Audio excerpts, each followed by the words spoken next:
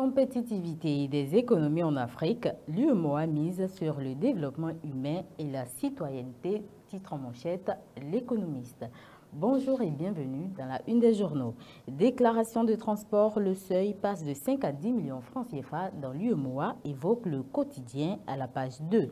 Premier conseil des ministres statutaire, dynamique économique rassurante, perspective prometteuse. Microfinance au Bénin, sensibilisation des SFD sur la nouvelle loi uniforme. Rapport économique de l'Afrique, la CEA projette une croissance de 3,8% pour l'Afrique en 2025.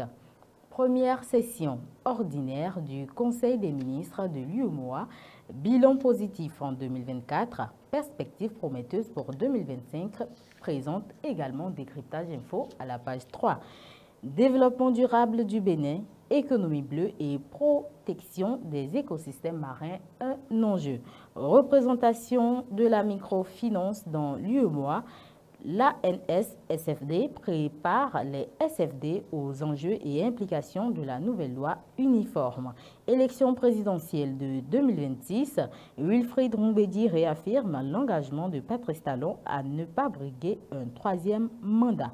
Affaire fraude et corruption au CNHU HKM, l'école verte dans la tourmente, de nouvelles arrestations secouent l'hôpital.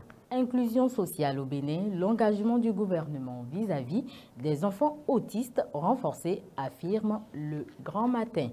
Conférence mondiale du Carité 2025, un enjeu économique et environnemental crucial. Le Bénin sous les projecteurs en mai prochain.